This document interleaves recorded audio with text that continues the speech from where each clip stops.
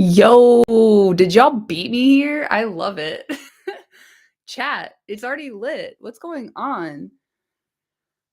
My HarperCollins edition has a word missing on page 902. Wonder if it's the same with you. Where am I at?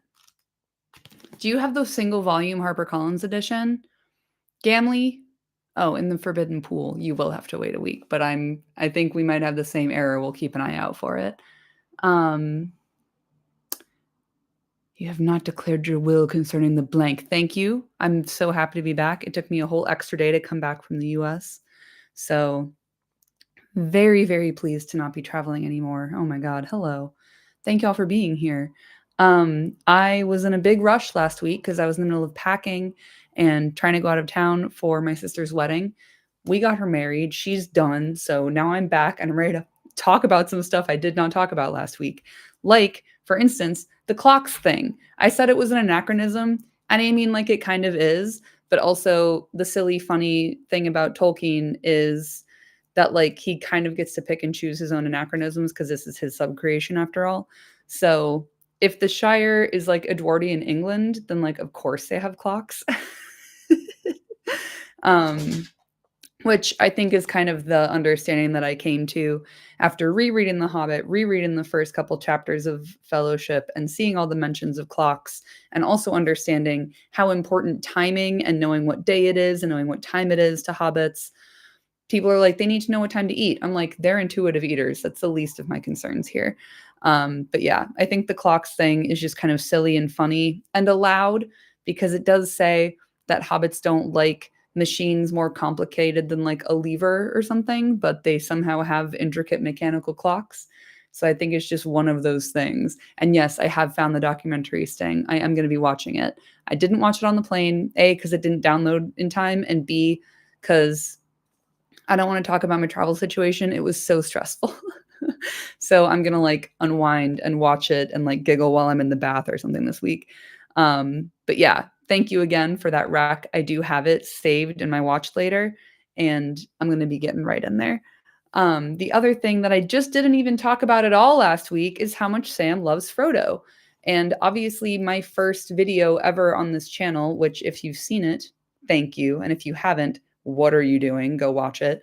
Kind of my magnum opus. It's basically the paper I wanted to write for my master's thesis, but I couldn't really shoehorn that into a modern literature theory and culture master's. I had to write about feminism instead, which is my other main interest. Sorry, everybody. But in my first video on here, I kind of tongue-in-cheekily give a lot of justification for Sam and Frodo maybe having a little bit more going on than would be suggested in kind of like a mainstream surface level reading of this text. But that passage from Herbs and Stewed Rabbit, where Sam is looking at Frodo and thinking about how the light shines through him and just simply says, I love him, whether or no.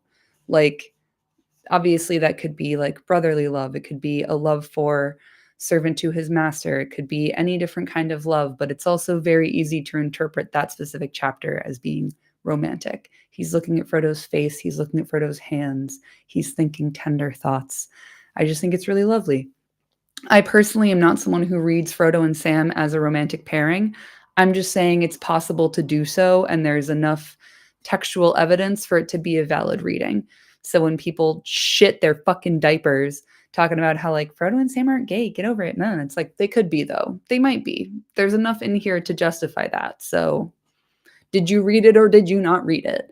So I just want to touch on that. And then I also was talking about Lembas and Rivendell because of my Lego set and how there's Lembas in the Rivendell Lego set. And everyone was like, Galadriel is Arwen's grandmother. Maybe they swapped recipes, which I love the idea of an elven recipe card box, like swapping and changing, like, here's a recipe for green salad. But I'm going to go ahead and die on this hill where we don't hear about Lembas in the text until we get to Lothlorien. If Elrond had Lembas in his kitchens, why wouldn't he give the lightweight, easy to carry elven waybread to the Fellowship when they first set out from Rivendell? Why did we first hear about it in Lothlorien? Ipso facto, therefore, I don't think it should be appearing in the Rivendell set, and I think Pippin should have a cooler, more interesting accessory than just a little packet of Lembas. Okay? I'll take it up with the Lego people. But yeah, y'all aren't wrong, but I don't think I'm wrong either. Let's see, what are we doing? Feminism and Lord of the Rings, Where Are They Hiding the Entwives? A Critical Investigation. Ron, it's the way you like reach into my brain and pull out my video ideas. I need you to stop blowing up my spot like this, okay? Because that's coming up too. That's like a short form that I'm looking to make soon. So yeah, now that I'm back, I'm going to get right back into video making and editing, and I'm really looking forward to it. But first, we're going to read. Oh, would Shire culture allow Frodo and Sam to have a relationship like that? Asks Gamley. In my interpretation, yeah. Like, I think they use the word queer to describe people who are weird, right? Bilbo is a confirmed bachelor, and that's all anyone ever says about it. He never gets married. Initially, in early drafts, he was supposed to get married. It was going to be Bilbo gets married and has many descendants because the Lord of the Rings is going to be a story about one of those descendants. And then instead of the character who becomes Frodo being Bilbo's son, it's Bilbo's nephew because Bilbo's a confirmed bachelor. And in common modern parlance, we all know what that means. Frodo is also a confirmed bachelor, right? And we know Sam marries Rosie, but we also know bisexual people exist. I'm here talking to you today, and they all live in Bag End together as kind of a polycule. I think it's fun to read it that way, personally. And I prefer to read The Shire as a slightly more progressive society. They have clocks, after all, don't they? So I don't know. I think it would be kind of permissive as, like, you know, a society of people who are all about like hanging out, eating well, drinking good. The most organized aspect of their society is that they have a postal service to send letters to one another. They barely have a police force, and any kind of governing like bodies or seats are mostly ceremonial positions, like the Thane, the Master of Buckland, even the mayor. They don't really actually do much. It's kind of just a vibe. I hate to say that I think the hobbits might be hippies, y'all. So I really don't know if they would take issue with homosexuality or queerness beyond weirdness. So yeah, Isaac, Bilbo the Arrow Ace icon. Exactly. It's like I don't dislike the Bilbo Thorin shipping that we got after the movies came out, but I do think it's hilarious because Bilbo is canonically aromantic and asexual. Confirmed bachelor, dude. That's what that means. Anyway, we are going to look into book 4, chapter 5, The Window on the West. Banger chapter. I was on Reddit earlier. I know, bad idea for anyone who values their brain cells. And someone was like, seems like The Two Towers is kind of a boring book, huh? And I couldn't disagree more thoroughly. This is why I don't have a Reddit account. I just lurk because y'all would never see me. I would spend all my time in the Lord of the Rings subreddits arguing with people. And I don't have that kind of time. So we're going to get into book 4, chapter 5. Bit of a long one, really looking forward to it. And I will try to leave some time at the end to chat about stuff if I don't stop myself while I'm reading to do so. I need to go to the gym tonight, but let's put that off. Should we? Shall we? We shall. All right. Two Towers, book 4, chapter 5, The Window on the West. It seemed to Sam that he had only dozed for a few minutes when he awoke to find that it was late afternoon and Faramir had come back. He had brought many men with him. Indeed, all the survivors of the foray were now gathered on the slope nearby, 200 or 300 strong. They sat in a wide semicircle, between the arms of which Faramir was seated on the ground, while Frodo stood before him. It looked strangely like the trial of a prisoner. Sam crept out from the fern, but no one paid any attention to him, and he placed himself at the end of the rows of men, where he could see and hear all that was going on. He watched and listened intently, ready to dash to his master's aid if needed. He could see Faramir's face, which was now unmasked. It was stern and commanding, and a keen wit lay behind its searching glance. Doubt was in the gray eyes that gazed steadily at Frodo. Sam soon became aware that the captain was not satisfied with Frodo's account of himself at several points: what part he had to play in the company that set out from Rivendell, why he had left Boromir, and where he was now going. In particular, he returned often to Isildur's bane. Plainly, he saw that Frodo was concealing from him some matter of great importance. But it was at the coming of the halfling that Isildur's bane should waken, or so one must read the words, he insisted. If then you are the halfling that was named, doubtless you brought this thing, whatever it may be, to the council of which you speak, and there Boromir saw it. Do you deny it? Frodo made no answer. So, said Faramir, I wish then to learn from you more of it, for what concerns Boromir concerns me. An orc arrow slew Isildur, so far as old tales tell. But orc arrows are plenty, and the sight of one would not be taken as a sign of doom by Boromir of Gondor. Had you this thing in keeping? Is it hidden, you say? Pardon. It is hidden, you say, but is not that because you choose to hide it? No, not because I choose, answered Frodo. It does not belong to me. It does not belong to any mortal, great or small, though if any could claim it, it would be Aragorn, son of Arathorn, whom I named, the leader of our company from Moria to Rauros. Why so, and not Boromir, prince of the city that the sons of Elendil founded? Because Aragorn is descended in direct lineage, father to father, from Isildur, Elendil's son himself, and the sword that he bears was Elendil's sword. A murmur of astonishment ran through all the ring of men. Some cried aloud, "The sword of Elendil! The sword of Elendil comes to Minas Tirith! Great tidings!" But Faramir's face was unmoved. "Maybe," he said, "but so great a claim will need to be established, and clear proofs will be required, should this Aragorn ever come to Minas Tirith. He has not come, nor any of your company he had not come, pardon me, nor any of your company when I set out 6 days ago." Boromir was satisfied of that claim, said Frodo. Indeed, if Boromir were here, he would answer all your questions. And since he was already at Rauros many days back, and intended then to go straight to your city, if you return, you may soon learn the answers there. My part in the company was known to him, as to all the others, for it was appointed to me by Elrond of Imladris himself before the whole council. On that errand I came into this country, but it is not mine to reveal to any outside the company. Yet those who claim to oppose the enemy would do well not to hinder it. Frodo's tone was proud, whatever he felt, and Sam approved of it, but it did not appease Faramir. So, he said, you bid me mind my own affairs and get me back home and let you be. Boromir will tell all when he comes. When he comes, say you. Were you a friend of Boromir? Vividly before Frodo's mind came the memory of Boromir's assault upon him, and for a moment he hesitated. Faramir's eyes watching him grew harder. Boromir was a valiant member of our company, said Frodo at length. Yes, I was his friend, for my part. Faramir smiled grimly. Then you would grieve to learn that Boromir is dead? I would grieve indeed, said Frodo. Then, catching the look in Faramir's eyes, he faltered. Dead? He said. Do you mean that he is dead and that you knew it? You've been trying to trap me in words, playing with me? Or are you now trying to snare me with a falsehood? I would not snare even an orc with a falsehood, said Faramir. How then did he die, and how do you know of it, since you say that none of the company had reached the city when you left? As to the manner of his death, I had hoped that his friend and companion would tell me how it was.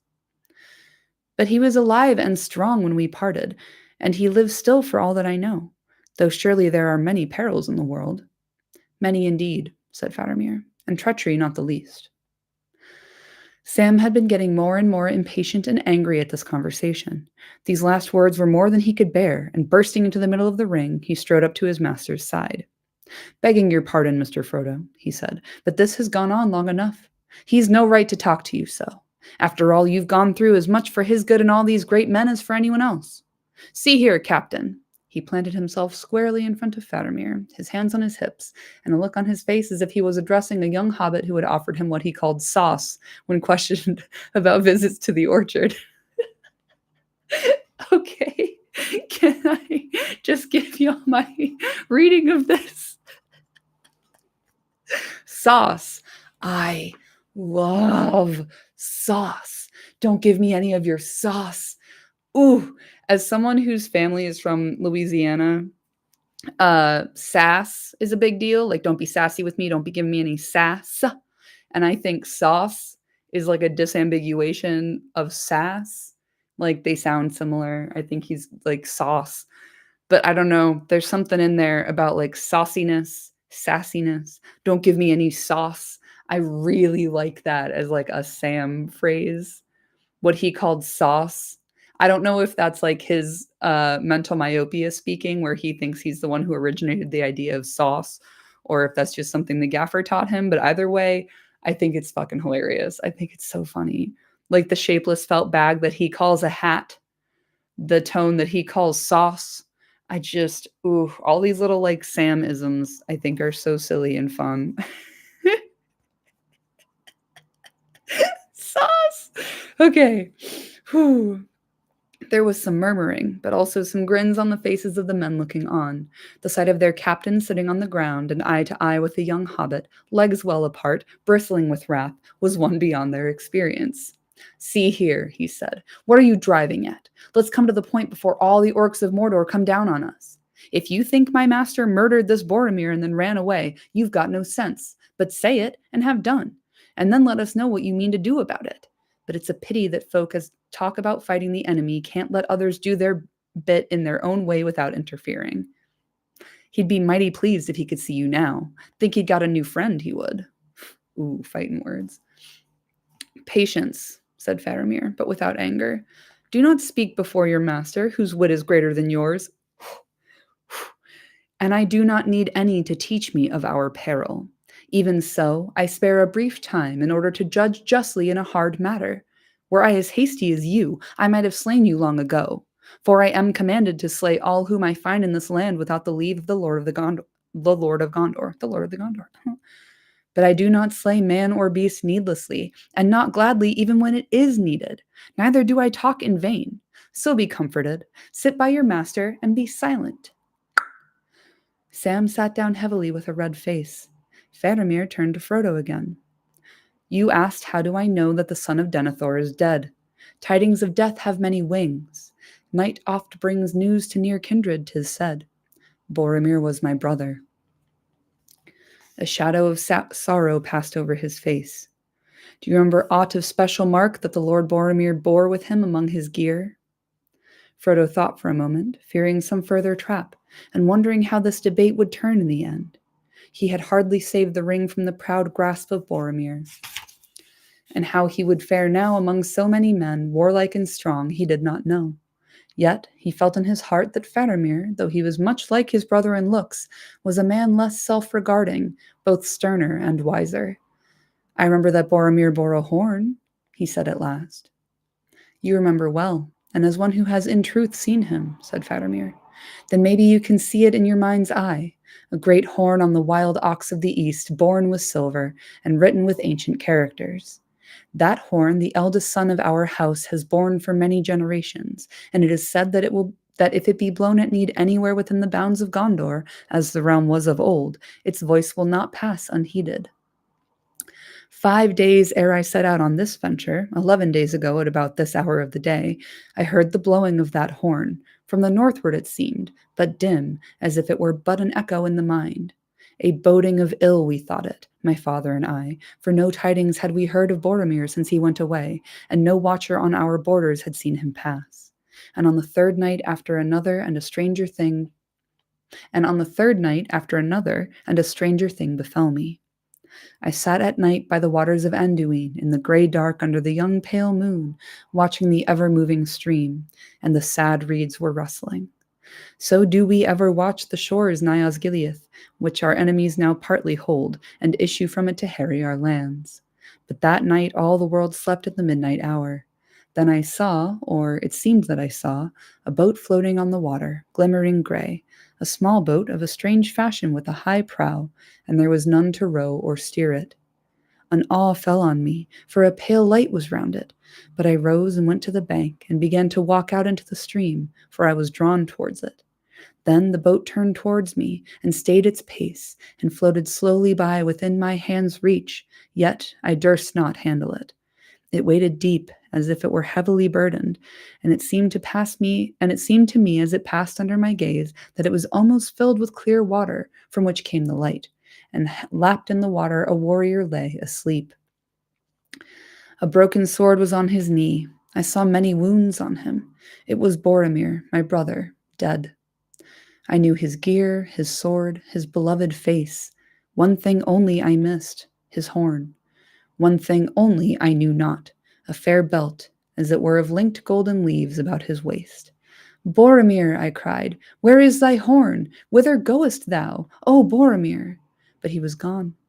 The boat turned into the stream and passed glimmering on into the night. Dreamlike it was, and yet no dream, for there was no waking, and I do not doubt that he is dead and has passed down the river to the sea. Alas, said Frodo, that was indeed Boromir as I knew him, for the golden belt was given to him in Lothlorien by the Lady Galadriel. She it was that clothed us as you see us, in elven grey. This brooch is of the same workmanship. He touched the green and silver leaf that fastened his cloak beneath his throat. Faramir looked closely at it. It is beautiful, he said. Yes, 'tis work of the same craft. So then you passed through the land of Lorien? Lorelindorinen. Sorry. Lorelindorinen. It was named of old, but long now it has lain beyond the knowledge of men. He added softly, regarding Frodo with a new wonder in his eyes. Much that was strange about you I begin now to understand. Will you not tell me more? For it is a bitter thought that Boromir died within sight of the land of his home. No more can I say than I have said, answered Frodo, though your tale fills me with foreboding. A vision it was that you saw, I think, and no more, some shadow of evil fortune that has been or will be, unless indeed it is some lying trick of the enemy. I have seen the faces of fair warriors of old laid in sleep beneath the pools of the dead marshes, or seeming so by his foul arts. Nay, it was not so, said Faramir, for his works fill the heart with loathing, but my heart was filled with grief and pity. Yet how could such a thing have happened in truth? Asked Frodo, for no boat could have been carried over the stony hills from Tol Brandir, and Boromir purposed to go home across the Entwash in the fields of Rohan. And yet how could any vessel ride the foam of the great falls and not founder in the boiling pools, though laden with water? I know not, said Faramir, but whence came the boat? From Lorien, said Frodo. In 3 such boats we rowed down Anduin to the falls. They also were of elven work. You passed through the hidden land, said Faramir, but it seems that you little understood its power. If men have dealings with the mistress of magic who dwells in the Golden Wood, then they may look for strange things to follow. For it is perilous for mortal man to walk out of the world of the sun, and few of old came thence unchanged, 'tis said. Boromir, oh Boromir, he cried, what did she say to you, the lady that dies not? What did she see? What woke in your heart then? Why went you ever to Lorelindorinen, and came not by your own road upon the horses of Rohan, riding home in the morning? Then, turning again to Frodo, he spoke in a quiet voice once more. To those questions, I guess that you could make some answer, Frodo, son of Drogo, but not here or now, maybe. But lest you still should think my tale a vision, I will tell you this. The horn of Boromir has at least returned in truth, and not in seeming. The horn came, but it was cloven in 2, as if it were by axe or sword. The shards came severally to shore. One was found among the reeds where watchers of Gondor lay, northwards below the infalls of the Entwash. The other was found spinning on the flood by one who had an errand on the water. Strange chances, but murder well out, 'tis said. And now the horn of the elder son lies in 2 pieces upon the lap of Denethor, sitting in his high chair, waiting for news. And you can tell me nothing of the cleaving of the horn? No, I did not know of it, said Frodo. But the day when you heard it blowing, if your reckoning is true, was the day when we parted, when I and my servant left the company. And now your tale fills me with dread. For if Boromir was then in peril and was slain, I must fear that all my companions perish too. And they were my kindred and my friends. Will you not put aside your doubt of me and let me go? I am weary and full of grief and afraid, but I have a deed to do or to attempt before I too am slain. And the more need of haste if we 2 halflings are all that remain of our fellowship. What's up, Fresh Prince? North Atlantic? What you doing? Windy? It windy in there? What you doing there? Welcome in. Thank you for coming. Go back, Faramir, valiant captain of Gondor, and defend your city while you may, and let me go where my doom takes me. For me there is no comfort in our speech together, said Faramir, but you surely draw from it more dread than need be. Unless the people of Lorien themselves came to him, who arrayed Boromir's for a funeral, not orcs or servants of the Nameless. Some of your company, I guess, live still. But whatever befell on the North March you, Frodo, I doubt no longer. If hard days have made me any judge of men's words and faces, then I may make a guess at halflings. Though, and now he smiled, there is something strange about you, Frodo, an elvish air, maybe, but more lies upon our words together than I thought at first. I should now take you back to Minas Tirith to answer there to Denethor, and my life will justly be forfeit, if I now choose a course that proves ill for my city. So I will not decide in haste what is to be done. Yet we must move hence without more delay. He sprang to his feet and issued some orders. At once the men who were gathered round him broke up into small groups and went off this way and that, vanishing quickly into the shadows of the rocks and trees. Soon only Mablung and Damrod remained. My two dinguses. Now you, Frodo and Samwise, will come along with me and my guards, said Faramir. You cannot go along the road southwards, if that was your purpose. It will be unsafe for some days, and always more closely watched after this affray than it has been yet. And you cannot, I think, go far today in any case, for you are weary, and so are we. We are going now to a secret place we have, somewhat less than 10 miles from here. The orcs and spies of the enemy have not found it yet, and if they did, we could hold it long even against many. There we may lie up and rest for a while, and you with us. In the morning, I will decide what is best for me to do, and for you.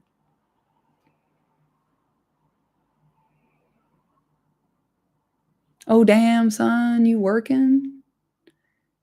Fresh Prince hanging off the bottom of a rig, ripping out big-ass pipes. Dwarf work indeed. Damn. Hope you're okay. It is cold. It's cold as shit, dude. There was nothing for Frodo to do but to fall in with this request or order. It seemed in any case a wise course for the moment, since this foray of the men of Gondor had made a journey in Ithilien more dangerous than ever. They set out at once, Mablung and Damrod a little ahead, and Faramir with Frodo and Sam behind. Skirting the hither side of the pool where the hobbits had bathed, they crossed the stream, climbed a long bank, and passed into green-shadowed woodlands that marched ever downwards and westwards. While they walked, as swiftly as the hobbits could go, they talked in hushed voices.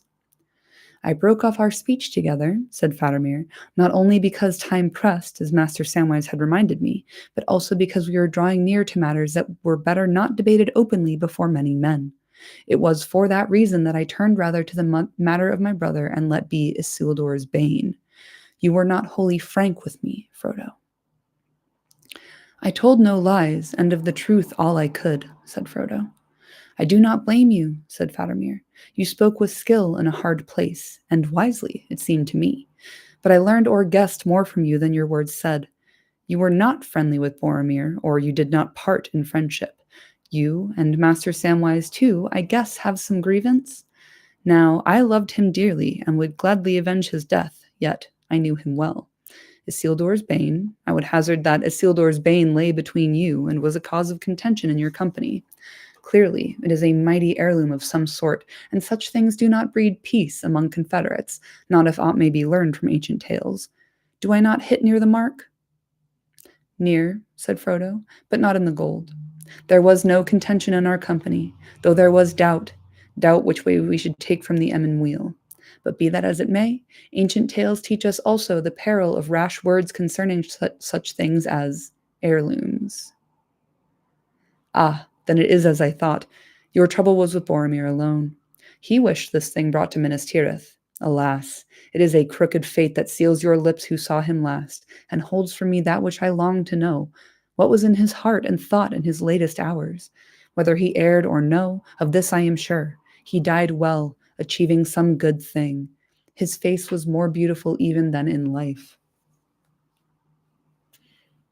But, Frodo, I pressed you hard at first about Isildur's bane. Forgive me, it was unwise in such an hour and place. I had not time for thought. We had had a hard fight, and there was more than enough to fill my mind. But even as I spoke with you, I drew nearer to the mark, and so deliberately shot wider. For you must know that much is still preserved of ancient lore among the rulers of the city that is not spread abroad. We of my house are not of the line of Elendil, though the blood of Numenor is in us. for we reckon back our line to Mardil, I'm going to say Mardil, the good steward, who ruled in the king's stead when he went away to war. And that was King Eärnur, last of the line of Anarion, and childless, and he came never back. And the stewards have governed the city since that day, though it was many generations of men ago. And this I remember of Boromir as a boy, when we together learned the tale of our sires and the history of our city, that always it displeased him that his father was not king. How many hundreds of years needs it to make a steward a king if the king returns not? He asked. Few years, maybe in other places of less royalty, my father answered. In Gondor, 10,000 years would not suffice. Alas, poor Boromir, does that not tell you something of him? It does, said Frodo, yet he always treated Aragorn with honor. I doubt it not, said Faramir. If he were satisfied of Aragorn's claim, as you say, he would greatly reverence him. But the pinch had not yet come. They had not reached Minas Tirith or become rivals in her wars. But I stray. We in the House of Denethor know much ancient lore by long tradition, and there are moreover in our treasuries many things preserved, books and tablets writ on withered parchments, yea, and on stone, and on leaves of silver and of gold, in diverse characters. Some none can now read, and for the rest, few ever unlock them. I can read a little in them, for I have had teaching. It was these records that brought the Grey Pilgrim to us. I first saw him when I was a child, and he has been twice or thrice since then. The Grey Pilgrim, said Frodo. Had he a name? Mithrandir we call him in elf fashion, said Faramir, and he was content. Many are my names in many countries, he said. Mithrandir among the elves, Tharkun to the dwarves, Olorin I was in my youth, in the west that is forgotten, in the south Icanis, and in the north Gandalf. To the east I go not. One of my faves. Gandalf, said Frodo. I thought it was he, Gandalf the Grey, dearest of counselors, leader of our company. He was lost in Moria. Mithrandir was lost, said Faramir. An evil fate seems to have pursued your fellowship. It is hard indeed to believe that one of so great wisdom and of power, for many wonderful things he did among us, could perish, and so much lore be taken from the world. Are you sure of this, and that he did not just leave you and depart where he would? Like, tell me you know Gandalf without telling me you know Gandalf. Oh my god. Alas, yes, said Frodo. I saw him fall into the abyss. I see that there is some great tale of dread in this, said Faramir, which perhaps you may tell me in the evening time. This Mithrandir was, I now guess, more than a lore master, a great mover of the deeds that are done in our time. Had he been among us to consult concerning the hard words of our dream, he could have made them clear to us without need of messenger. Yet, maybe, he would not have done so, and the journey of Boromir was doomed. Mithrandir never spoke to us of what was to be, nor did he reveal his purposes. He got leave of Denethor, how I do not know, to look at the secrets of our treasury, and I learned a little of him when he would teach, and that was seldom. Ever he would search and would question us above all else concerning the great battle that was fought upon Dagorlad in the beginning of Gondor, when he whom we do not name was overthrown, and he was eager for stories of Isildur, though of him we had less to tell, for nothing certain was ever known among us of his end. Fresh Prince, loyal to the soil, boys. 10,000 years ain't shit. Couldn't have said it better myself. Let's have a Donnybrook. Now Faramir's voice sank to a whisper. But this much I learned, or guessed, and I have kept it ever secret in my heart since, that Isildur took somewhat from the hand of the unnamed ere he went away to Gondor, never to be seen among mortal men again. Here, I thought, was the answer to Mithrandir's questioning. But it seemed then a matter that concerned only the seekers after ancient learning. Nor when the riddling words of our dream were debated among us, did I think of Isildur's bane as being this same thing.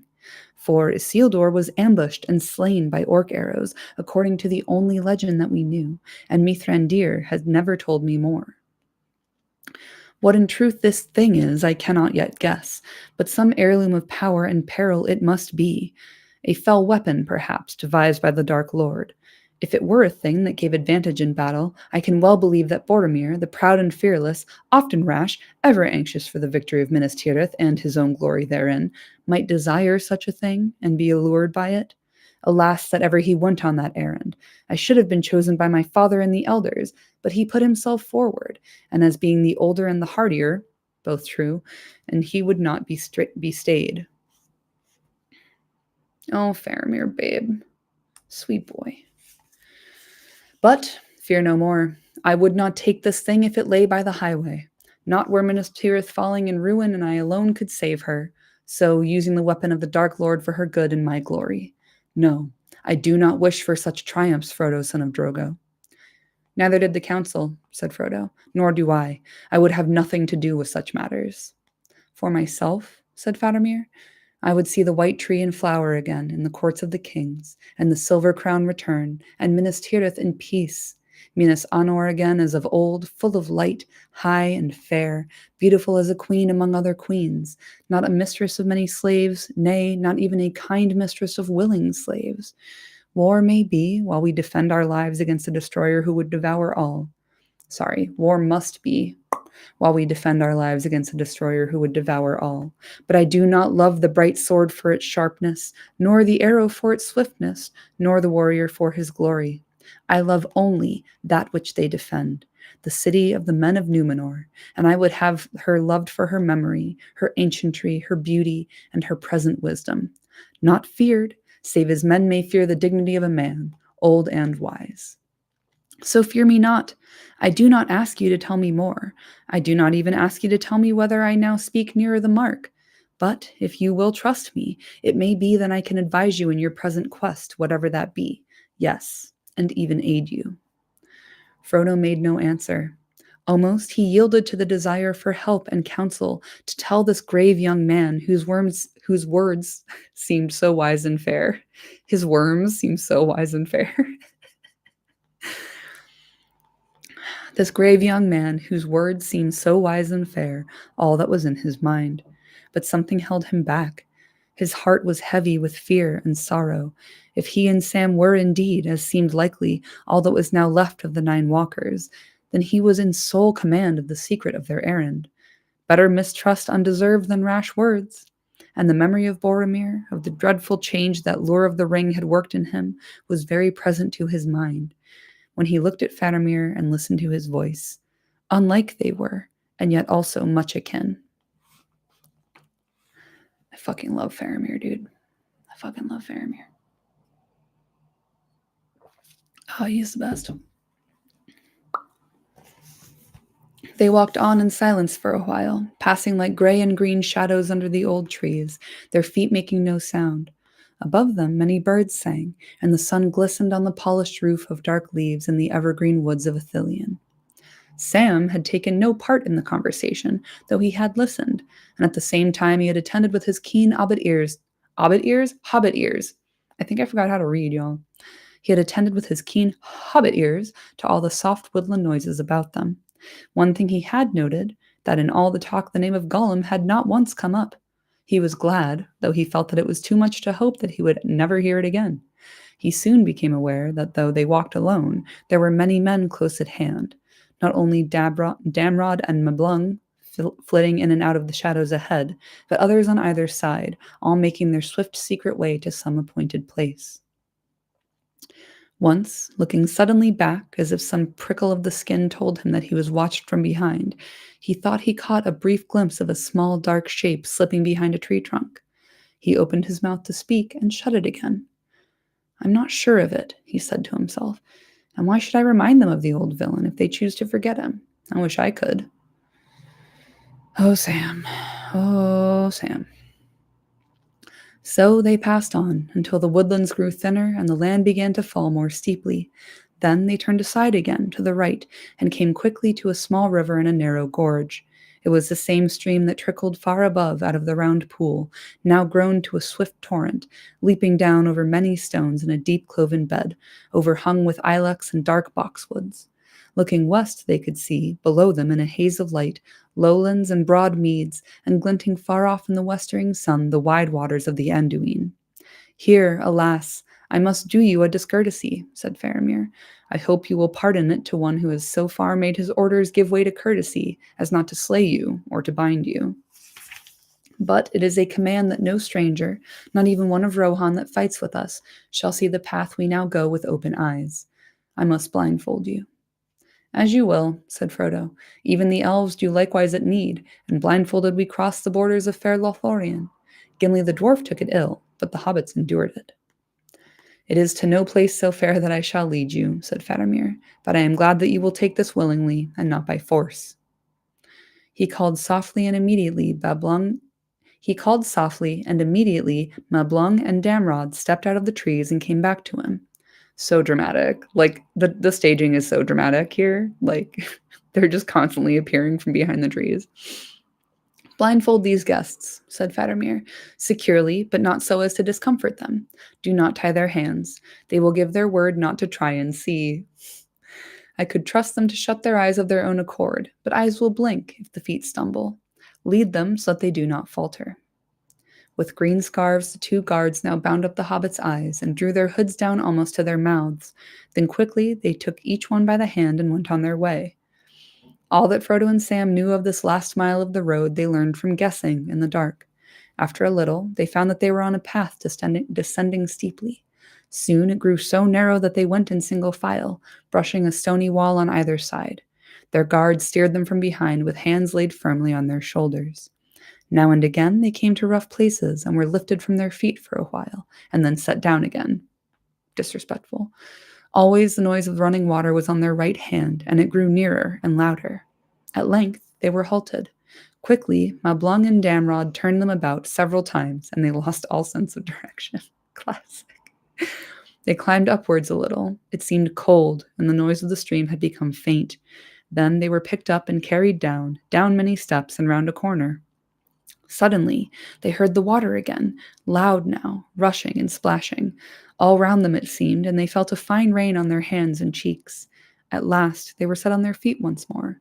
For a moment they stood so, half fearful, blindfold, not knowing where they were, and no one spoke. Then came the voice of Faramir close behind. Let them see, he said. The scarves were removed and their hoods drawn back, and they blinked and gasped. They stood on a wet floor of polished stone, the doorstep, as it were, of a rough-hewn gate of rock opening dark behind them. But in front, a thin veil of water was hung, so near that Frodo could have put an outstretched arm into it. It faced westward. The level shafts of the setting sun behind beat upon it, and the red light was broken into many flickering beams of ever-changing color. It was as if they stood at the window of some elven tower, curtained with threaded jewels of silver and gold and ruby, sapphire and amethyst, all kindled with an unconsuming fire. Gimli couldn't have said it better myself. I love the description of the sunset through the falling water. It's so good. It's so good. Like, it is in these passages that we can tell that Tolkien was just obsessed with nature and spent a lot of time walking in the woods, hanging out by the stream, watching the sun hit a waterfall or mist and like rainbows dancing on it. The level shafts of the setting sun behind beat upon it, and the red light was broken into many flickering beams of ever-changing color. It was as if they stood at the window of some elven tower, curtained with threaded jewels of silver and gold and ruby, sapphire, and amethyst, all kindled with an unconsuming fire. Love it. So good. Second only to the description of the glittering caves, if you ask me. So good. Yeah, some water.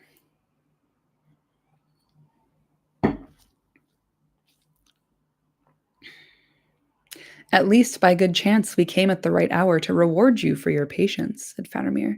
This is the window of the sunset, Henneth Annwn, fairest of all the falls of Ithilien, land of many fountains. Few strangers have ever seen it, but there is no kingly hall behind to match it. Enter now and see. Even as he spoke, the sun sank, and the fire faded in the flowing water. They turned and passed under the low, forbidding arch. At once, they found themselves in a rock chamber, wide and rough, with an uneven, stooping roof. A few torches were kindled and cast a dim light on the glistening walls. Many men were already there. Others were still coming in by twos and threes through a dark, narrow door on one side. As their eyes grew accustomed to the gloom, the hobbits saw that the cave was larger than they had guessed, and was filled with great store of arms and victuals. Well, here is our refuge, said Faramir. Not a place of great ease, but here you may pass the night in peace. It is dry at least, and there is food, though no fire. At one time, the water flowed down through this cave and out of the arch, but its course was changed further up the gorge by workmen of old, and the stream sent down in a fall of doubled height over the rocks far above. All the ways of this grot were then sealed against the entry of water or aught else, all save one. There are now but two ways out, that passage yonder by which you entered blindfold, and through the window. And through the window curtain into a deep bowl filled with knives of stone. Now rest a while until the evening meal is set. A deep bowl filled with knives of stone? Get out of here. That's so metal, dude. The hobbits were taken to a corner and given a low bed to lie on if they wished. Meanwhile, men busied themselves about the cave, quietly and in orderly quickness. Light tables were taken from the walls and set up on trestles and laden with gear. This was plain and unadorned for the most part, but all well and fairly made. Round platters, bowls and dishes of glazed brown clay or turned boxwood, smooth and clean. Here and there was a cup or basin of polished bronze, and a goblet of plain silver was set by the captain's seat in the middle of the inmost table. Faramir went about the men, questioning each as he came in a soft voice. Some came back from the pursuit of the Southrons. Others, left behind as scouts near the road, came in latest. All the Southrons had been accounted for, save only the greatest Mumak.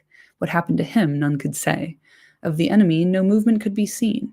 Not even an orc spy was abroad. You saw and heard nothing, Anborn? Faramir asked of the latest comer. Well, no, lord, said the man. No orc, at least. But I saw, or thought I saw, something a little strange. It was getting deep dusk, when the eyes make things greater than they should be, so perhaps it may have been no more than a squirrel. Sam pricked up his ears at this. Yet, if so, it was a black squirrel, and I saw no tail. 'Twas like a shadow on the ground, and it whisked behind a tree trunk when I drew nigh, and went up aloft as swift as any squirrel could. You could not have us slay wild beasts. You will not have us slay wild beasts for no purpose, and it seemed no more, so I tried no arrow. It was too dark for sure shooting anyway, and the creature was gone into the gloom of the leaves in a twinkling. But I stayed for a while, for it seemed strange, and then I hastened back. I thought I heard the thing hiss at me from high above as I turned away. A large squirrel, maybe? Perhaps under the shadow of the unnamed, some of the beasts of Mirkwood are wandering hither to our woods. They have black squirrels there, 'tis said. Gollum as squirrel is hysterical. Just like a really big squirrel. Or maybe squirrels in Middle-earth are massive. Who knows? Perhaps, said Faramir, but that would be an ill omen if it were so. We do not want the escapes of Mirkwood and Ithilien. Sam fancied that he gave a swift glance towards the hobbits as he spoke, but Sam said nothing. For a while, he and Frodo lay back and watched the torchlight, and the men moving to and fro speaking in hushed voices. Then suddenly, Frodo fell asleep. Sam struggled with himself, arguing this way and that. He may be all right, he thought, and then he may not. Fair speech may hide a foul heart. He yawned. I could sleep for a week, and I'd be better for it. And what can I do if I do keep awake, me all alone, and all these great men about? Nothing, Sam Gamgee, but you've got to keep awake all the same. And somehow, he managed it. The light faded from the cave door, and the gray veil of falling water grew dim, and was lost in gathering shadow. Always the sound of the water went on, never changing its note, morning or evening or night. It muttered and whispered of sleep. Sam stuck his knuckles in his eyes. Chat. Fresh Prince, invasive species, no doubt. Yeah, black squirrels. Come on. Love that they think Gollum's a squirrel. I mean, he certainly acts like one, but yeah, it's hilarious. Like, easier to kind of reason that it's a massive squirrel with no tail than it is to think it's a nasty little freak following them around. Now, more torches were being lit. A cask of wine was broached. Storage barrels were being opened. Men were fetching water from the fall. Some were laving their hands in basins. A wide copper bowl and a white cloth were brought to Faramir, and he washed. Wake our guests, he said, and take them water. It is time to eat. Frodo sat up and yawned and stretched. Sam, not used to being waited on, looked with some surprise at the tall man who bowed, holding a basin of water before him. Very cute that Sam doesn't know how to act. Put it on the ground, master, if you please, he said. Easier for me, and you. Then, to the astonishment and amusement of the men, he plunged his head into the cold water and splashed his neck and ears. Is it the custom in your land to wash the head before supper? Said the man who waited on the hobbits. No, before breakfast, said Sam. But if you're short of sleep, cold water on the neck's like rain on a wilted lettuce. There. Now I can keep awake long enough to eat a bit. They were led to seats beside Faramir, barrels covered with pelts and high enough above the benches of the men for their convenience. Little high chairs, get out of here. Before they ate, Faramir and all his men turned and faced west in a moment of silence. Faramir signed to Frodo and Sam that they should do likewise. So we always do, he said as they sat down. We look towards Numenor that was, and beyond to Elvenhome that is, and to that which is beyond Elvenhome and will ever be. Have you no such custom at meat? No, said Frodo, feeling strangely rustic and untutored. But if we are guests, we bow to our host, and after we have eaten, we rise and thank him. That we do also, said Faramir. Not cotillion school, come on. After so long journeying and camping, after so long journeying and camping, and days spent in the lonely wild, the evening meal seemed a feast to the hobbits, to drink pale yellow wine, cool and fragrant, and eat bread and butter, and salted meats, and dried fruits, and good red cheese, with clean hands and clean knives and plates. Neither Frodo nor Sam refused anything that was offered, nor a second, nor indeed a third helping. The wine coursed in their veins and tired limbs, and they felt glad and easy of heart as they had not done since they left the land of Lorien. When all was done, Faramir led them to a recess at the back of the cave, partly screened by curtains, and a chair and 2 stools were brought there. A little earthenware lamp burned in a niche. Loving curtains in a cave. The interior decoration here is fabulous. You may soon desire to sleep, he said, and especially good Samwise, who would not close his eyes before he ate, whether for fear of blunting the edge of a noble hunger, or for fear of me, I do not know. But it is not good to sleep too soon after meat, and that following a fast. Let us talk a while. On your journey from Rivendell there must have been many things to tell, and you, too, would perhaps wish to learn something of us and the lands where you now are. Tell me of Boromir, my brother, and of old Mithrandir, and of the fair people of Lothlorien. Frodo no longer felt sleepy, and he was willing to talk. But though the food and wine had put him at ease, he had not lost all his caution. Sam was beaming and humming to himself, but when Frodo spoke, he was at first content to listen, only occasionally venturing to make an exclamation of agreement. Chat, real quick. I'd watch Fresh Prince. I'd watch a gardening show with Sam as the host. My lettuces will never go dehydrated again. You know he stays misting his veg. Mad that we've not had a Cozy Hobbit TV show, frankly. I'm waiting for the call. I've been waiting for the call. I don't know why they're not calling me, to be honest. Gamley, Sam surely dangling his legs on the big old barrel. Correct. Canon. Canonically, they're leg danglers. They gotta be dangling. We know they are. Just kicking their little legs. Of course. Oh, so cute. Get out of here. Frodo told many tales, yet always he steered the matter away from the quest of the company and from the ring, enlarging rather on the valiant part Boromir had played in all their adventures, with the wolves of the wild, in the snows under Caradhras, and in the mines of Moria where Gandalf fell. Faramir was most moved by the story of the fight on the bridge. It must have irked Boromir to run from orcs, he said, or even from the fell thing you name, the Balrog, even though he was the last to leave. He was the last, said Frodo, but Aragorn was forced to lead us. He alone knew the way after Gandalf's fall, but had there not been us lesser folk to care for, I do not think that either he or Boromir would have fled. Maybe it would have been better had Boromir fallen there with Mithrandir, said Faramir, and not gone on to the fate that waited above the falls of Rhodos. Maybe, but now tell me of your own fortunes, said Frodo, turning the matter aside once again. For I would learn more of Minas Ithil and Osgiliath and Minas Tirith the long-enduring. What hope have you for that city in your long war? Fresh Prince says, slept on. Agree. Isaac says a small-scale crime drama set in the Shire would be fire. It fully would be. Like, I want the follow-up and the fallout from Bilbo's snarky notes that he left on all of his possessions. Like, I want the Lobelia Sackville Baggins led Real Housewives of the Shire. Like, is that so much to fucking ask? Give us that Amazon budget and watch us slay. I've got a team of writers here. We were born ready. Honestly. Let's see. Okay, we're nearly there. What hope have we? Said Faramir. It is long since we had any hope. The sword of Elendil, if it returns indeed, may rekindle it, but I do not think that it will do more than put off the evil day, unless other help unlooked for also comes from elves or men. For the enemy increases, and we decrease. We are a failing people, a springless autumn.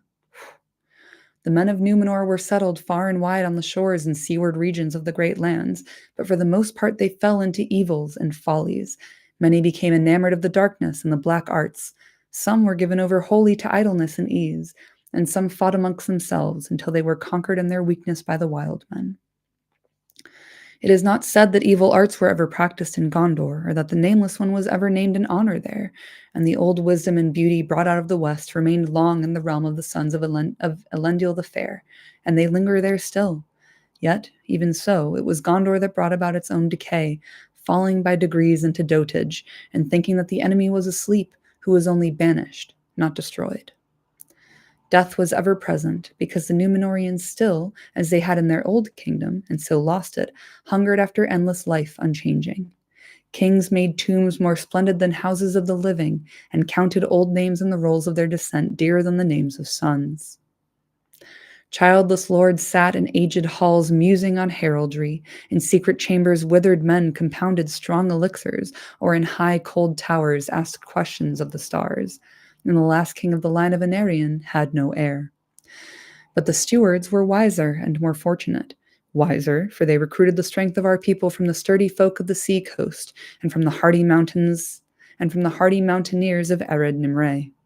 And they who made a truce with the proud peoples of the north, who often had assailed us, men of fierce valor, but our kin from afar off, unlike the wild Easterlings or the cruel Haradrim. So it came to pass in the days of Cirion the 12th steward, and my father was the 6th and 20th, that they rode to our aid, and at the great field of Celebrant they destroyed our enemies that had seized our northern provinces. These are the Rohirrim, as we name them, masters of horses, and we ceded to them the fields of Calenardon, that are since called Rohan, for that province had long been sparsely peopled. We gave them our shittiest land. And they became our great allies, and have ever proved true to us, aiding us at need, and guarding our northern marches in the Gap of Rohan.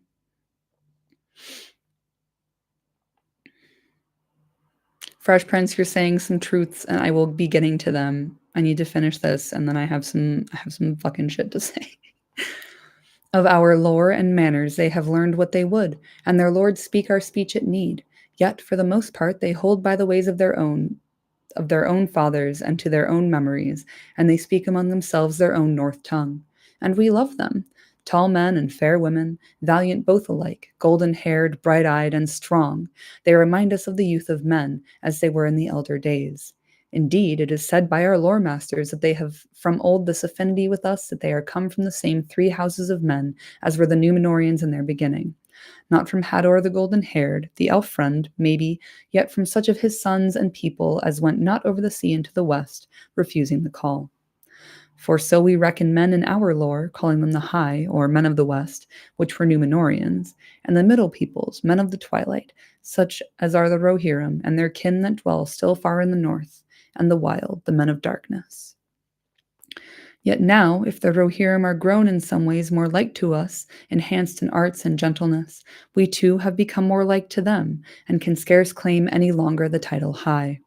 We are become middlemen of the twilight, but with memory of other things. For as the Rohirrim do, we now love war and valor as things good in themselves, both a sport and an end. And though we still hold that a warrior should have more skills and knowledge than only the craft of weapons and slaying, we esteem a warrior, nonetheless, above men of other crafts. Such is the need of our days. So even was my brother, Boromir, a man of prowess, and for that he was accounted the best man in Gondor. And very valiant indeed he was, No heir of Minas Tirith has for long years been so hardy in toil, so onward into battle, or blown a mightier note on the great horn. Frodo Faramir sighed and fell silent for a while. All right, let's look at this chat. Fresh Prince. Can you imagine instead of hot garbage TV shows, we got Shire versions of them? Antiques Roadshow, Bilbo snarky comments on things Lobelia is trying to flog, Ready Steady Cook, Time Team, Gardener's World with Sam, A House in the Shire, a young hobbit couple that make pinecone art and mysteriously have a budget of 2.4 million. Grand Designs Shire Edition, a musical rom-com of Tom Bombadil wooing Goldberry. Yeah, How I Met Your Goldberry. It's right there. Modern Family starring Sam and Rosie and their 13 children. It's right there. Queer Eye for the Straight Guy with just Bilbo doing interior design. It's right there. Like, I know it exists in some timeline. We just have to find our way over there. I know it. You don't say much in all your tales about the elves, sir, said Sam, suddenly plucking up courage. He had noted that Faramir seemed to refer to elves with reverence, and this even more than his courtesy and his food and wine had won Sam's respect and quieted his suspicions. It really doesn't take much with Sam, to be honest. No, indeed, Master Samwise, said Faramir, for I am not learned in elven lore. But there you touch upon another point in which we have changed, declining from Numenor to Middle-earth. For, as you may know, if Mithrandir was your companion and you have spoken with Elrond, the Edain, the fathers of the Númenóreans, fought beside the elves in the first wars, and were rewarded by the gift of the kingdom in the midst of the sea, within sight of Elvenhome. But in Middle-earth, men and elves became estranged in the days of darkness by the arts of the enemy, and by the slow changes of time in which each kind walked further down their sundered roads. Men now fear and misdoubt the elves, and yet know little of them. And we of Gondor grow like other men, like the men of Rohan, for even they, who are foes of the Dark Lord, shun the elves, and speak of the Golden Wood with dread. Yet there are among us still some who have dealings with the elves when they may, and ever and anon one will go in secret to Lorien, seldom to return. Not I, for I deem it perilous now for mortal man willfully to seek out the elder people. Yet I envy you that have spoken with the White Lady. The Lady of Lorien, Galadriel, cried Sam. You should see her. Indeed you should, sir. I am only a hobbit, and gardening is my job at home, sir, if you understand me, and I'm not much good at poetry. Not at making it. A bit of comic rhyme, perhaps, now and again, you know, but not real poetry. So I can't tell you what I mean. It ought to be sung. You'd have to get Strider, Aragorn that is, or old Mr. Bilbo for that. But I wish I could make a song about her. Beautiful she is, sir. Lovely. Sometimes like a great tree in flower, sometimes like a white daffodil sometimes like a white daffodil small and slender-like, hard as diamonds, soft as moonlight, warm as sunlight, cold as frost in the stars, proud and far off as a snow mountain, and merry as any lass I ever saw with daisies in her hair in springtime. But that's a lot of nonsense, and all wide of my mark. Then she must be lovely indeed, said Faramir. Perilously fair. I don't know about perilous, said Sam. It strikes me that folk takes their peril with them into Lorien and finds it there because they've brought it. But perhaps you could call her perilous because she's so strong in herself. You could dash yourself to pieces on her, like a ship on a rock, or drown yourself like a hobbit in a river. But neither rock nor river would ever be to blame. Now He stopped and went red in the face. Yes. Now Boromir, you would say, said Faramir. What would you say? He took his peril with him? Yes, sir, begging your pardon, sir, and a fine man as your brother was, if I may say so. But you've been warm on the scent all along. Now, I watched Boromir and listened to him from Rivendell all down the road, looking after my master, as you'll understand, and not meaning any harm to Boromir. And it's my opinion that in Lorien he first saw clearly what I guessed sooner, what he wanted. From the moment he first saw it, he wanted the enemy's ring. Sam! Cried Frodo, aghast. He had fallen deep into his own thoughts for a while, and came out of them suddenly, and too late. Sam, you fucked it. Save me, said Sam, turning white and then flushing scarlet. There I go again. Whenever you open your big mouth, you put your foot in it, the gaffer used to say to me, and right enough. Oh dear, oh dear. Now look here, sir, he turned, facing up to Faramir with all the courage that he could muster. Don't you go taking advantage of my master because his servants know better than a fool. You've spoken very handsome all along, put me off my guard, talking of elves and all. But handsome is as handsome does, do we say? Now's a chance to show your quality. So it seems, said Faramir, slowly and very softly, with a strange smile. So that's the answer to all the riddles. The one ring that was thought to have perished from the world. And Boromir tried to take it by force, and you escaped and ran all the way to me. And here in the wild I have you, 2 halflings and a host of men at my call on the Ring of Rings. A pretty stroke of fortune. A chance for Faramir, captain of Gondor, to show his quality. Ha! He stood up, very tall and stern, his gray eyes glinting. Frodo and Sam sprang from their stools and set themselves side by side with their backs to the wall, fumbling for their sword hilts. There was a silence. All the men in the cave stopped talking and looked towards them in wonder. But Faramir sat down again in his chair and began to laugh quietly, and then suddenly became grave again. Alas for Boromir, it was too sore a trial, he said. How you have increased my sorrow, you 2 strange wanderers from a far country, bearing the peril of men. But you are less judges of men than I of halflings. We are truth speakers, we men of Gondor. We boast seldom and then perform, or die in the attempt. Not if I found it on the highway would I take it, I said. Even if I were such a man as to desire this thing, and even though I knew not clearly what this thing was when I spoke, still I should take those words as a vow and be held by them. But I am not such a man, or I am wise enough to know that there are some perils from which a man must flee. Sit at peace and be comforted, Samwise. If you seem to have stumbled, think that it was fated to be so. Your heart is shrewd as well as faithful, and saw clearer than your eyes. For, strange though it may seem, it was safe to declare this to me. It may even help the master that you love. It shall turn to his good, if it is in my power. So be comforted, but do not even name this thing again aloud. Once is enough. The hobbits came back to their seats and sat very quiet. Men turned back to their drink and their talk, perceiving that their captain had some jest or other with the little guests, and that it was over. Well, Frodo, now at last we understand one another, said Faramir. If you took this thing on yourself, unwilling, at others' asking, then you have pity and honor from me. And I marvel at you, to keep it hid and not to use it. You are a new people and a new world to me. Are all of your kin of like sort?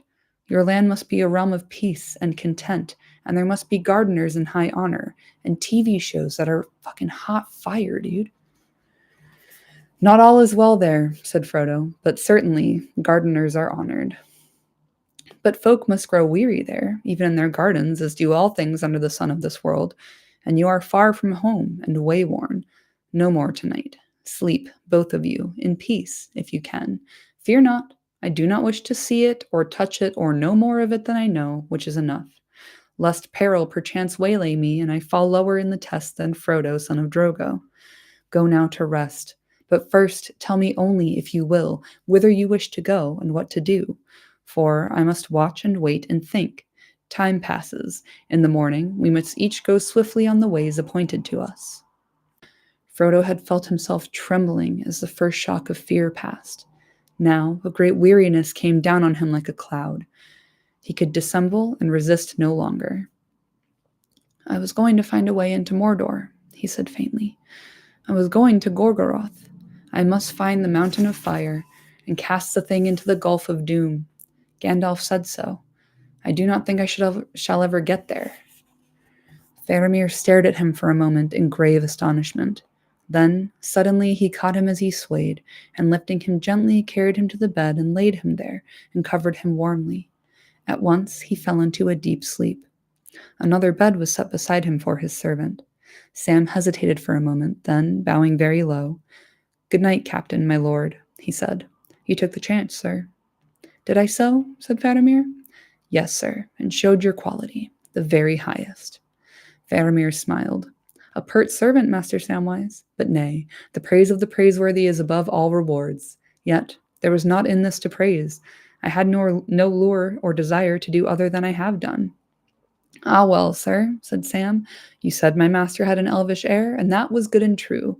But I can say this. You have an air too, sir, that reminds me of, well, Gandalf, of wizards." "Maybe," said Faramir. "Maybe you discern from far away the air of Numenor. Good night." And that is the end of that chapter. So good. I really like how Faramir is just a straight shooter. He's the best. Fucking love this guy. Um, I like all of Sam's little chat. I find him very easy to read. I probably should have done a southern accent for Sam, but maybe next time I do this.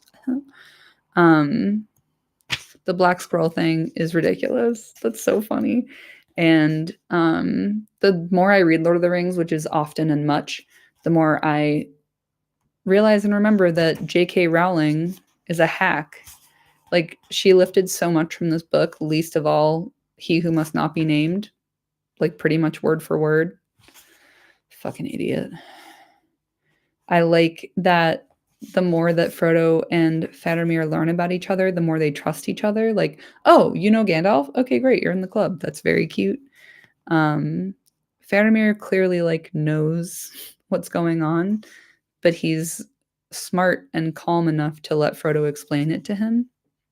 Or at least Faramir has an idea of what's going on. Like, he's guessed, but he lets Frodo confirm it for him without asking too eagerly, and he gets everything he needs.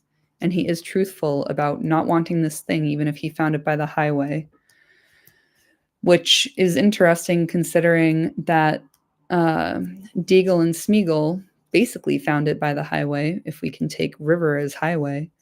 Most often, the ring is simply found when it's not with its master. So, like, they find it in the river, Bilbo finds it in the cave, or in the caverns, I guess, in the mountain. So yeah, I think it's, I don't know, quietly clever to have it be phrased by Faramir as like, even if I found it, I wouldn't want it. Fish highway. Exactly. Fresh Prince, you like really get it, dude. Fish Prince? Let's see. I mean, I really like all of the kind of exposition and history we get with Faramir when they're chatting, all the stuff about Numenor and the kind of fall of man, and how Faramir really loves and respects the Rohirrim because they remind him of like an older type of man. Like, it's kind of giving like Norse adjacent, which I think lives very much in the Rohirrim, but I think it also speaks to the latent magic that I'm very much convinced the people of Rohan have in terms of battle and going forth into it, the like death-based magic they carry with them. And it's in this passage. We are become middlemen, for as the Rohirrim do, we now love war and valor as things good in themselves.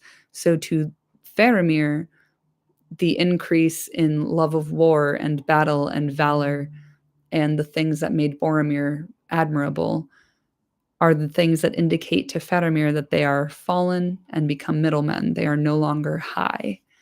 I think that's very interesting. I need to dig into that a bit, I think. Yeah, like he clearly admires Boromir for his prowess in battle and his strength, but he also sees those aspects of man with a capital M as weaknesses, things that detract from their highness, things that remove them from the Numenorians.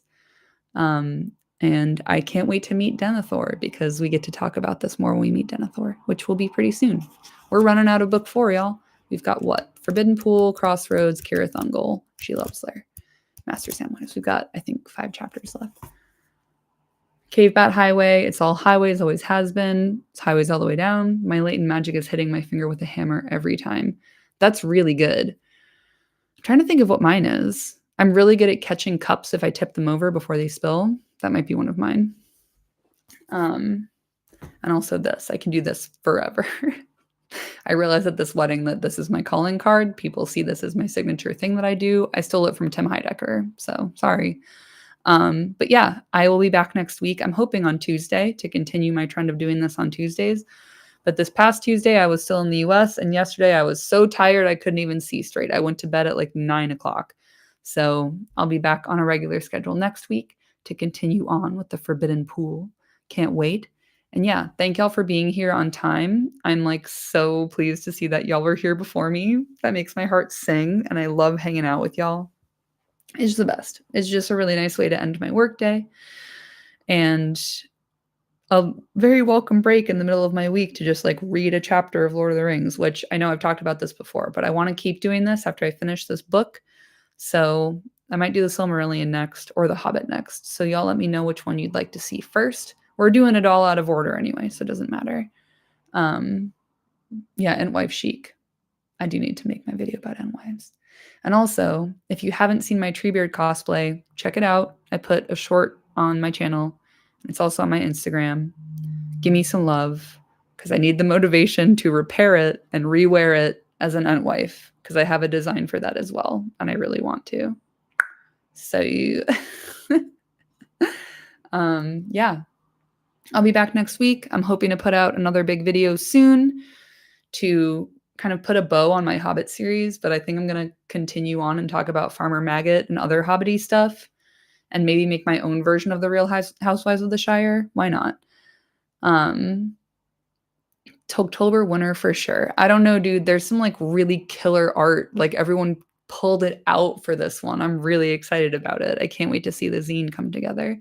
But yeah, if you're not into Tolktober, if you're not following Tolktober, if you don't know what me and Fresh Prince are talking about, go on Instagram, find the Tolktober account, and just bathe, soak it up. All the wonderful art that people are making this month for Tolkien-related purposes. It's great. It's my favorite time of year. I love October because it's Halloween time, and I love October because it's Tolktober. So big ups to Matt Rogue Print Co. for bringing this artistic community together because it's major. And yeah, also go listen to Pop Culture Enjoyer. I did the episode about Fellowship of the Ring, and I had a blast. So if you can take more of me talking at you, I do that in that podcast episode. And that's all I have to plug, fam. That's all I got. So I'll see you next week. I'll post as usual when I'm going to go live. And I hope y'all have a good week.